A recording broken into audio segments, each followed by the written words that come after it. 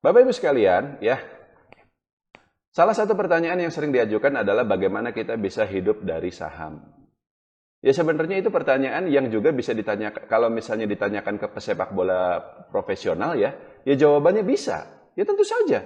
Karena mereka gajinya gede. Cristiano Ronaldo misalnya, Lionel Messi, bisa nggak hidup dari sepak bola? Bisa. Bisa banget. Tapi kalau, mohon maaf, pemain sepak bola Tarkam gitu ya, yang gajinya nggak jelas gitu, seperti itu. Kalau kita tanya ke dia, bisa nggak hidup dari saham? Ya mungkin bisa, mungkin tidak, seperti itu. Jadi sebenarnya bukan dari profesinya, tapi melainkan seberapa ahli kita di bidang tersebut, seberapa berpengalaman dan seberapa konsisten kita mampu menghasilkan profit kalau dalam investasi saham ya.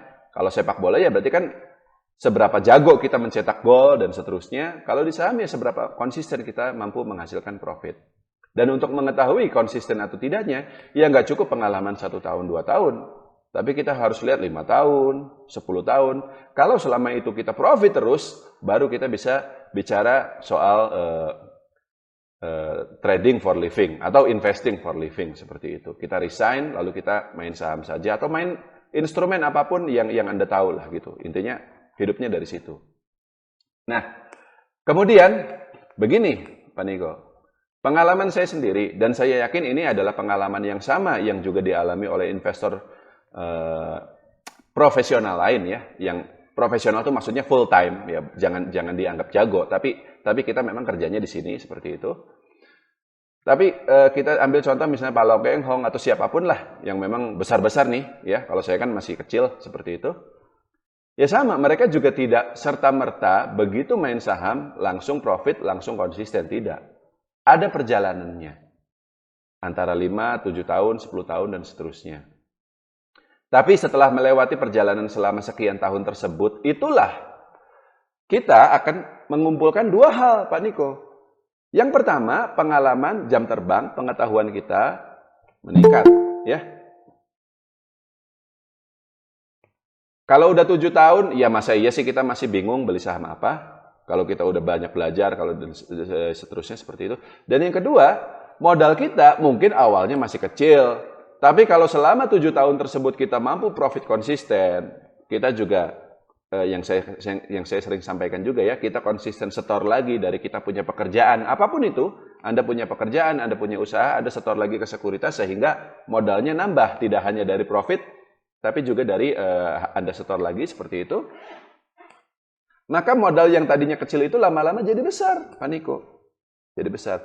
Dan saya dulu, bener loh, itu saya sering cerita di mana-mana. Modal itu awal cuma 5 juta. Tapi kan nggak cuma sekali setor lagi. 4 tahun, ya.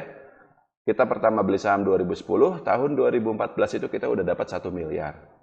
Tahun 2019 udah dapat 10 miliar dan seterusnya sampai hari ini. Nah, pada titik tertentu, modal kita akan sudah cukup besar sehingga meskipun kita hanya mentargetkan profit per tahun 20% saja, maka 20% tersebut juga sudah terhitung besar, Pak Niko. Oke lah, sekarang kita kasih angkanya, modalnya sekalian gede aja lah. 10 miliar misalnya. Pak Niko modalnya di saham ini udah 10 miliar misalnya. Dalam 1 tahun dapat 20%. Berarti berapa? 2 miliar kan? 2 miliar. Kalau kebutuhan sehari-hari, let's say 20 juta rupiah, berarti kan setahun itu 240 juta. Ya. Nah, dari 2 miliar tersebut, berarti kan nggak perlu diambil semuanya. Cuman sebagian kecil. Masih ada sisanya itu 1 miliar 760 juta. Modal kita untuk tahun berikutnya bukan 10 miliar lagi, tapi udah 11 miliar sekian. Demikian.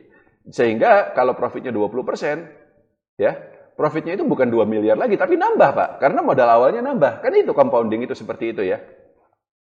Nah, pada titik inilah baru kita yang nggak mikir soal sehari-hari lagi lah itu mah.